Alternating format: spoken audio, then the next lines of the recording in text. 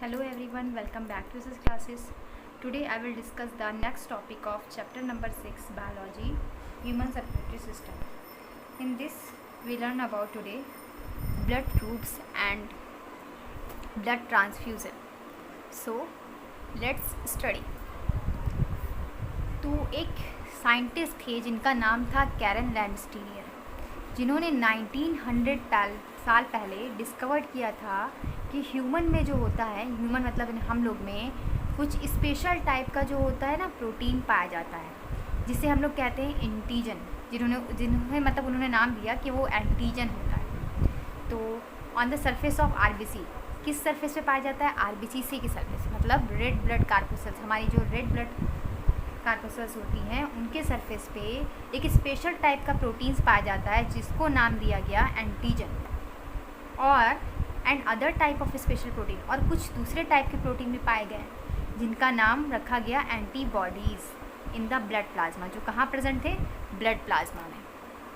तो ये बात सिंपल सी आपको समझ में आई कि कार्ल लैंडस्टीनियर जो थे 1900 discover that humans being have special type of protein which are called antigens on the surface of RBC cells, and also another type of special protein called antibodies in blood plasma, which is the present in blood plasma. So two types of antigen, antigen A and antigen B, are found on human RBC cells. Based on presence or absence of these antigen, human blood fall into the four blood groups. They are A, B, AB and O.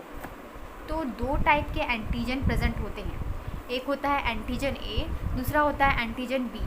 तो ये जो antigen ए और antigen B जो होते हैं हमारे अंदर जो पाए जाते हैं ह्यूमन्स बीइंग में, उसी के बेस पे, उसी के प्रेजेंस और अब्सेंस के बेसिस पे एंटीजन्स जो होते हैं ह्यूमन बीइंग में, वो ब्लड जो होता है, ब्लड ग्रुप जो होते हैं वो फॉल रहते हैं, मतलब जाते हैं। वो ए हो सकता है हमारा ब्लड ग्रुप, बी हो सकता है, ओ हो सकता है एंड ए बी हो सकता है। तो ये किस पे डिपेंडेंट है? किस पर डिपेंडेंट है? हमारे एंटीजन ए और बी पे। तो किस तरीके से डिपेंडेंट है ये हम अभी आगे चल के देखते हैं, ठीक है। तो ये जो फॉर्म होता है ए बी ओ सिस्टम का, इसे हम ब्लड ग्रुप, इसे हम बोलते हैं A B O system of blood groups, है ना, जिसमें ए बी ओ तीन टाइप के ब्लड से मिलकर सिस्टम बनता है, ग्रुप्स बनता है ब्लड का, जिसे हम बोलते हैं A B O system of blood groups, जिसमें ब्लड ग्रुप ए रहता है, बी होता है और ओ होता है। तीसरा कोई नहीं होगा, ए बी ओ नहीं कंबाइंड होकर या अलग होकर बनाएंगे। तो कैसे चलिए देखते हैं। तो प्रेजेंस विथ एंटीजन ए, जिसमें एंटीजन ए प्रेजेंट होगा उनका ब्लड ग्रुप ए होगा, मतलब जिस ह्यूमंस में एंटीजन ए प्रेजेंट होगा जिस पर्सन में, तो वो उसका जो ब्लड ग्रुप होगा वो क्या होगा? ए होगा। जिस पर्सन में एंटीजन बी होगा उसका ब्लड ग्रुप बी होगा। जिस पर्सन में एंटीजन ए भी होगा और एंटीजन बी भी होगा तो उसका ब्लड ग्रुप होगा ए बी। जिस पर्सन में विद नो एंटीजन, मतलब जिस पर्सन में कोई एंटीजन नहीं होगा, उसका ब्लड ग्रुप रेयर केसेस में जाता है ओ पर, है ना। तो हमारे जो ब्लड ग्रुप्स हैं वो डिपेंडेंट होते हैं हमारे जो पेरेंट्स होते हैं उन पर भी। मान लिए कि आप मतलब पिता का जो ब्लड ग्रुप है वो ए है और माँ का ब्लड ग्रुप बी है, तो बच्चे में जो ब्लड ग्रुप जाने के चांसेस होते हैं वो या तो ए होगा या तो बी या फिर ए बी। ये आप जब फर्दर बड़े क्लास में जाओगे तो आपको बहुत अच्छे से क्लियरली समझ में आएगा। फ़िलहाल आप लोग के लिए बस इतना जानना ज़रूरी है कि किस एंटीजन में कौन सा ब्लड ग्रुप प्रेजेंट होगा। अगर एंटीजन ए होगा तो ब्लड ग्रुप ए होगा, अगर किसी में एंटीजन बी है तो ब्लड ग्रुप बी होगा, अगर किसी पर्सन में एंटीजन ए और बी है तो उसका ब्लड ग्रुप ए बी होगा, और अगर एंटीजन नहीं प्रेजेंट है तो इसका मतलब वहाँ पर ब्लड ग्रुप ओ होगा। ओ ब्लड ग्रुप बहुत रेयर केसेस में होते हैं, है ना। तो चलिए पढ़ते हैं antigen and antibody interaction. What is the antigen and antibody interaction? Two types के एंटीबॉडीज़ हमारी बॉडीज़ में होते हैं, anti A antibody and anti B antibody are found in human blood plasma. हमारा जो ब्लड प्लाज्मा होता है किसी भी ह्यूमंस का, उसमें दो टाइप के एंटीबॉडीज़ प्रेजेंट होते हैं, एक होता है एंटी ए एंटीबॉडी एंड दूसरा होता है anti B antibody, are found human blood plasma. Person with antigen have antibody against to antigen. तो जो पर्सन होते हैं वो क्या करते हैं, वन एंटीजन उनके पास होता है एंटीबॉडी के अगेंस्ट, वो क्या करते हैं, दूसरा एंटीजन बना लेते हैं। For example person with antigen ए, मान लिया कि मतलब किसी पर्सन में एंटीजन ए है, ठीक है, तो उसमें एंटीबॉडी बी बनेगी जिसकी वजह से उसने अगेंस्ट मतलब एंटीजन बन जाएगा, क्या, एंटीजन बी बना लेगा वो। इसका मतलब है कि कोई भी पर्सन जो होता है उसका ब्लड ग्रुप अगर ए है तो उसकी एंटीबॉडी के अगेंस्ट वो ब्लड ग्रुप बी भी बना सकता है। This is shown the table, यहाँ इस टेबल में इसे समझाया गया अच्छे से। चलिए देखिए इस टेबल को, ठीक है। तो difference human blood groups there antigen and antibodies, कैसे ह्यूमन ब्लड ग्रुप जो होता है वो होता है, मतलब प्रेजेंट होता है किसी ह्यूमंस में। तो ब्लड ग्रुप ए कब होगा, जब एंटीजन किस में प्रेजेंट होगा, आरबीसी सेल्स में, और एंटीबॉडी किस में प्रेजेंट होगी, हमारे ब्लड प्लाज्मा में। आपको ये बातें याद रखनी है, ठीक है। तो ए ब्लड ग्रुप कब होगा, जब एंटीजन ए होगा और एंटीबॉडी प्लाज्मा क्या है, बी होगी। ब्लड ग्रुप बी कब होगा, जब एंटीजन हमारा बी होगा और एंटीबॉडी एंटी ए होगी। हमारा ए बी ब्लड ग्रुप कब होगा, जब ए एंड बी एंटीजन होगा और एंटीबॉडी कोई नहीं होगी, ना एंटी बी ना एंटी ए, ओके। फिर है ओ ब्लड ग्रुप में तो एंटीजन प्रेजेंट ही नहीं होता, तो इसमें जो है ए एंटी और A B antigen A and antigen B दोनों प्रेजेंट होते हैं। तो ये कुछ टेबल है जिसे आपको लर्न करना ही होगा, आप लोग लर्न कर लोगे तो आप लोग के लिए बेटर होगा। फिर है हमारा नेक्स्ट टॉपिक, फिर है हमारा क्लम्पिंग रिएक्शन। तो क्लम्पिंग मतलब होता है थक्का जमना, रक्त का या फिर ब्लड का थक्का, ब्लड क्लॉटिंग। तो antigen A of blood groups A and antigen A antibody from blood group B are not matching. तो देखिए एंटीजन ए जो होता है blood group, antigen A antibody जो होती हैं ब्लड ग्रुप बी के, वो एक दूसरे से मैच नहीं करते, दे आर इनकम्पैटिबल, वो एक दूसरे से कभी भी मैच नहीं करेंगे। सिमिलरली इसी तरह एंटीजन बी जो होगी वो एंटीबॉडी बी के साथ जो होती है ब्लड ग्रुप ए के साथ इनकम्पैटिबल होगी, मतलब ए के साथ वो मैच नहीं करेगी। तो जब ये एक ब्लड जो होता है from blood group A and B is mixed, जब ए एंड बी दोनों ग्रुप के मिक्स करेंगे तो क्लम्पिंग होगी। क्लम्पिंग मतलब क्या होगा, वहाँ पर लंप जमने लगेंगे, मतलब क्लॉटिंग होने लगेगी, occurs due to antigen and antibody interaction. तो जब क्या होगा कि कोई भी दूसरा ग्रुप इनकम्पेटिबल होगा एक दूसरे के अगेंस्ट, तो क्या होगा, वहाँ पर मिक्सअप होंगे, जो उनको मिक्सअप किया जाएगा तो क्लम्पिंग होने लगेगी, और ये लंप जो होंगे वो एंटीजन एंटीबॉडी इंटरेक्शन का कॉज करेंगे। एंटीजन एंटीबॉडी इंटरेक्शन होगा, दोनों एक दूसरे से मिक्स कर जाएंगे। फिर है हमारा blood transfusion, in this case severe injury और ऑपरेशन। ब्लड ट्रांसफ्यूज़न कब होता है, जब बहुत सीवियर इंजरी होती है या ऑपरेशन वगैरह होते हैं तब ब्लड ट्रांसफ्यूज़न मतलब किसी और में ब्लड को ट्रांसफॉर्म करना। There is considerable loss of water and patient need blood from outside. ये कब होता है, जब मतलब बहुत ज़्यादा लॉस हो चुका होता है ब्लड का किसी पेशेंट में, या फिर उसे किसी भी तरीके से ब्लड की ज़रूरत पड़ती है बहुत ज़्यादा। ये ट्रांसफ़र जो होता है ब्लड का from one person to another called blood transfusion. एक पर्सन से दूसरे पर्सन में ब्लड का जो ट्रांसफॉर्मेशन होता है उसको हम लोग बोलते हैं ब्लड ट्रांसफ्यूज़न, ठीक है। तो वो पर्सन जो ब्लड देता है उसको हम लोग बोलते हैं डोनर, और जो ब्लड को रिसीव करता है उसे हम बोलते हैं रिसिपिएंट या फिर acceptor. Person who give blood is called donor and who receive blood is called recipient और acceptor. Is that clear? For blood transfusion, the body of donor and that of recipient need to belong to the same body group or compatible or matching. तो blood transfusion ऐसे ही नहीं है कि मतलब ए वाले ने B वाले को दे दिया, बी वाले ने ए वाले को दे दिया, सी वाले ने मतलब ओ वाले ने ए बी को दे दिया, और ये सब मतलब इसमें जो ब्लड का ट्रांसफ्यूज़न होता है उसमें बहुत इंपॉर्टेंट चीज़ें क्या क्रिएट करती हैं, ये आप देखिए कि ट्रांसफ्यूज़न जो होता है ब्लड का उसमें डोनर और रेसिपिएंट जो होते हैं उनको सेम ब्लड ग्रुप चाहिए होता है ताकि वो एक दूसरे से कंपैटिबल हो और मैचिंग हो उनके ब्लड ग्रुप की। अगर मैचिंग नहीं होगी तो वो क्लॉट कर जाएगा और फिर पेशेंट की मृत्यु हो जाएगी, ठीक है, डेथ कर जाएगा वो। तो इस बात का खास तौर पर ध्यान दिया जाता है। तो incompatible blood transfusion antigen of donor bloods are attacked by the antibodies और recipient blood and cause clumping donor RBCB. यही बताया मैंने, जो बात बताई है वही इसमें लिखी है कि इनकम्पैटिबल ब्लड ग्रुप ट्रांसफ्यूज़न होगा अगर, तो डोनर जो ब्लड अगर देगा तो उसका अटैक कर जाएगा एंटीबॉडीज़ में, जो मतलब ब्लड ले रहा है उसकी बॉडी में क्या होगा, एंटीबॉडीज़ का फॉर्मेशन होने लगेगा, और फिर जो मतलब रेसिपिएंट है उसमें ब्लड की क्लम्पिंग होने लगेगी, उसकी रेड ब्लड कार्पोसेस उसमें रक्त का थक्का जमने लगेगा और पेशेंट की मृत्यु हो जाएगी। The blood transfusion is most successful where the blood group of the donor and that of the recipient is same because they have similar antigen and antibodies.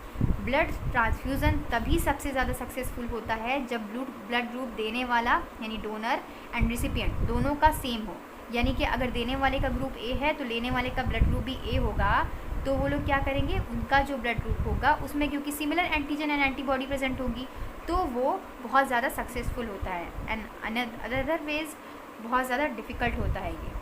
Universal recipient, अब हम लोग बात करते हैं कि यूनिवर्सल रेसिपिएंट किसे बोलते हैं एंड यूनिवर्सल डोनर किसे बोलते हैं। तो वो person with blood group A B, वो पर्सन जिसका ब्लड ग्रुप ए बी होता है उसमें कोई एंटीबॉडी नहीं होती है इन देयर ब्लड, बिकॉज उनके ब्लड में, तो क्योंकि एंटीबॉडी नहीं है तो किसी भी टाइप मतलब उनका जो एंटीजन है वो दोनों टाइप का होता है, ए और बी दोनों टाइप का, तो इसीलिए वो पर्सन जो होता है ए बी वाला, ए बी ब्लड ग्रुप वाला, वो रिसीव कर सकता है blood group all 4 blood group से, किसी भी ब्लड ग्रुप से वो अपने आप को ब्लड दिलवा सकता है क्योंकि उसके अंदर एंटीबॉडी नहीं है।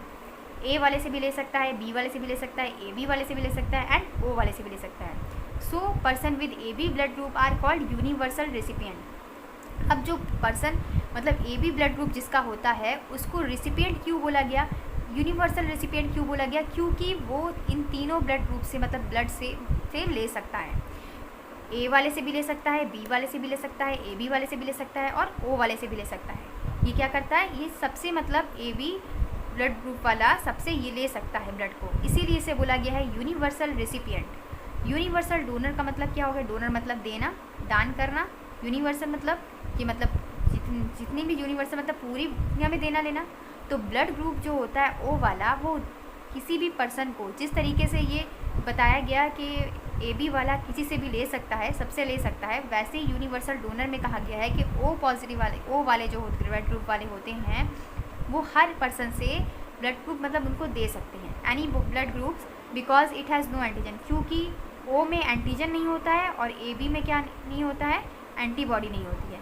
एंटीजन नहीं होगा तो किसी और रेसिपिएंट की एंटीबॉडी के साथ ये रिएक्शन नहीं करेगा, therefore person with blood group O, इसीलिए जो ब्लड ग्रुप ओ वाले होते हैं उनको यूनिवर्सल डोनर कहा जाता है क्योंकि वो किसी से को भी ब्लड दे सकते हैं, but they can receive blood only from blood group O person. लेकिन वो दे तो सकते हैं, मतलब किसी को भी ब्लड ग्रुप दे सकते हैं, अपना ब्लड दे सकते हैं, लेकिन वो लेंगे सिर्फ और सिर्फ अपने ब्लड ग्रुप वाले से, यानी ओ ब्लड ग्रुप वाले के अंदर ब्लड की कमी हो गई है तो वो ओ ब्लड ग्रुप वाले से ही लेगा, ठीक है, because of the presence of both type of antibodies in the, क्योंकि उसकी जो बॉडी है उसमें दोनों टाइप की एंटीबॉडीज़ प्रेजेंट है उसके प्लाज्मा में, इस वजह से। तो यहाँ पर दिया गया है कि human blood group and their compatibility, कौन से ह्यूमन ग्रुप ब्लड जो होता है किसके साथ कंपैटिबिलिटी होती है उनकी, यहाँ पर दिखाया गया है। तो पहला है हमारा ब्लड ग्रुप ए, तो donor and it can be given to, A वाले हैं एंड ए बी वाले, recipient it can be receive, recipient का मतलब क्या होता है, रिसीव करना, डोनर मतलब देना। तो इस चार्ट को आप लोग लर्न कर लीजिएगा, ये मैं पहले ही समझा चुकी हूँ। फिर है blood donation and blood bank. Blood donation and blood bank क्या होता है, तो almost all serious health issues require blood transfusion. तो बहुत सारे सीरियस हेल्थ के इश्यूज़ होते हैं या बहुत सारी ऐसी कंडीशन आती है जब ब्लड ट्रांसफ्यूज़न की ज़रूरत पड़ती है, ब्लड ट्रांसफॉर्मेशन की ज़रूरत पड़ती है। लेकिन blood can not be manufactured, लेकिन ब्लड जो होता है उसको हम लोग मैन्युफैक्चर नहीं कर सकते, उसको बना नहीं सकते, किसी आर्टिफिशियल मेथड से हम उसको नहीं बना सकते। It comes only from volunteer donor, ये सिर्फ और सिर्फ तब आते हैं जब कोई डोनर या कोई भी पर्सन जो होता है ब्लड ग्रुप को डोनेट करता है, किसी को दान करता है। तो हेल्दी एडल्ट जो होते हैं ये वॉलंटरी डोनेट, वॉलंटरी किसको बोला गया, जो हेल्दी एडल्ट लोग होते हैं ना, मतलब 25 18 तक के, 18 से ऊपर तक के लोग जो होते हैं या 18 के अबव के जो लोग होते हैं वो लोग क्या करते हैं, वो लोग को हेल्दी एडल्ट माना जाता है, वॉलंटरी माना जाता है, इसलिए उन लोगों से क्या होता है, ब्लड को डोनेट, वो लोग अपनी मर्ज़ी से ब्लड डोनेट करते हैं ब्लड बैंक में, जहाँ पर ब्लड को क्या करता है, जमा करके रखा जाता है। We have around 10 pints of blood and only 1 pint is given during donation. हमें ज़रूरत पड़ती है कम से कम 10 पिंट्स ब्लड की, लेकिन हमारे जो डोनेशन होता है वो कम सिर्फ 1 पिंट का दिया जाता है। 1 can donate blood every 56 days, मतलब 1 कैन मतलब कि जो डोनेटर होता है वो 6 डे में एक बार डोनेट कर सकता है अपने ब्लड को, क्योंकि हमारी जो रेड ब्लड कार्पोसेल्स हैं वो भी एक सेल्स हैं, तो उसमें अगर वो ख़राब हो जाती हैं, ख़त्म हो जाती है, तो फिर नई सेल्स बनती हैं। तो 56 दिन का मतलब उनका दिन होता है। जो हमारी रेड ब्लड कार्पोसेल्स होती हैं ना, उनका एक दिन होता है, मतलब 56 दिन तक ही वो क्या होंगी, जीवित होंगी। तो ख़राब होने से पहले ही क्या होता है, उसको क्या होता है, डोनेट कर दिया जाए तो वो किसी की जान बचा सकती है। तो इस तरीके के फंक्शन होते हैं, है ना। फिर है हमारा ब्लड बैंक। ये ब्लड बैंक जो होता है वो सेंटर होता है जहाँ पे ब्लड को कलेक्ट किया जाता है, and blood donation is stored and preserve for later use, और उसको प्रिजर्व किया जाता है ताकि मतलब अगर कोई सीरियस कंडीशन हो या किसी भी तरीके से किसी को ज़रूरत हो ब्लड की, तो वहाँ से फर्दर वो लिया जा सके। Basically it is division of any hospital where. यहाँ पर क्या होता है, बेसिकली हॉस्पिटल से हॉस्पिटल का ट्रांसफ्यूज़न होता है। प्रॉपर टेस्टिंग होती है, also carried out and stored blood supplied case to need. ठीक है, पहले टेस्टिंग होती है कि कौन सा ब्लड ग्रुप ये रखा रहा है, और फिर उस पर्सन से मैच कर रहा है कि नहीं, जो डोनर है उससे मैच कर रहा है कि नहीं, उसके बाद सप्लाई किया जाता है ना। फिर keeping the heat and healthy. तो देखते हैं कि हम अपने हार्ट को क्या करते, कैसे हेल्दी रख सकते हैं। तो a healthy lifestyle keep the heart healthy. हम हेल्दी लाइफस्टाइल से अपने हार्ट को हेल्दी रख सकते हैं। तो वो कौन कौन सी हैं? To keep our heart healthy we need follow this tips. हम कौन कौन सी टिप्स को फॉलो कर सकते हैं, चलिए देखते हैं। Give up smoking and alcohol. हमें स्मोकिंग एंड अल्कोहल से दूर रहना चाहिए। Cut down surgery and fried food. हमें क्या करना है, शुगरी एंड फ्राइड फूड से क्या होता है, थोड़ा दूर रहना चाहिए। ईट fruits vegetables get more fibres. हमें ऐसी चीज़ें खानी चाहिए, ऐसे वेजिटेबल्स खाने चाहिए, फ्रूट्स खाने चाहिए जिसमें क्या हो, ज़्यादा से ज़्यादा क्वांटिटी में फाइबर्स प्रेजेंट हो। Mango manage weight and stick balance diet. हमें क्या करना चाहिए, अपने वेट को मेंटेन करना चाहिए और एक स्टिक बैलेंस डाइट को ही गेन करना चाहिए। Stay active, follow regular exercise regime and regular walk. हमें रोज़ाना चलना चाहिए, रेगुलर एक्सरसाइज करनी चाहिए, अपनी बॉडी को एक्टिव रखना चाहिए। Cut on salt, maintain normal blood pressure. हमें अपने जो खाने में नमक की मात्रा को कम करना चाहिए ताकि हमारा ब्लड प्रेशर क्या है, नॉर्मल रहे। बहुत लोग बहुत ज़्यादा खाते हैं, बहुत लोग बहुत कम खाते हैं, तो हमें नॉर्मली मेंटेन करके रखना चाहिए उसे।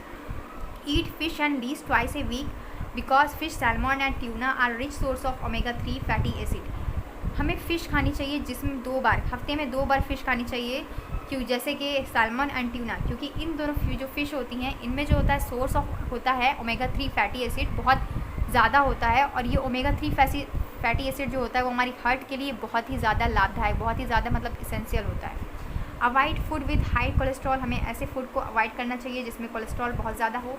Read label on food item and packaging, calories intake making healthy and choice. Take plenty of water. हमें ज़्यादा से ज़्यादा पानी पीना चाहिए। तो ये सारी डाइट को हम लोग अप्लाई करके अपनी हार्ट को हेल्दी कर सकते हैं, रख सकते हैं। तो अगर आपको मेरी वीडियो अच्छी लगी हो, ये पूरा चैप्टर फिनिश हो गया है और इसकी एक्सरसाइज मैं आपको क्या करूँगी, भेज दूँगी बाद में। और अगर आपको मेरी वीडियो अच्छी लगी हो तो प्लीज़ इसे लाइक एंड सब्सक्राइब कीजिएगा मेरे चैनल को, और प्लीज़ लाइक तो ज़रूर कीजिएगा, बहुत मेहनत लगती है।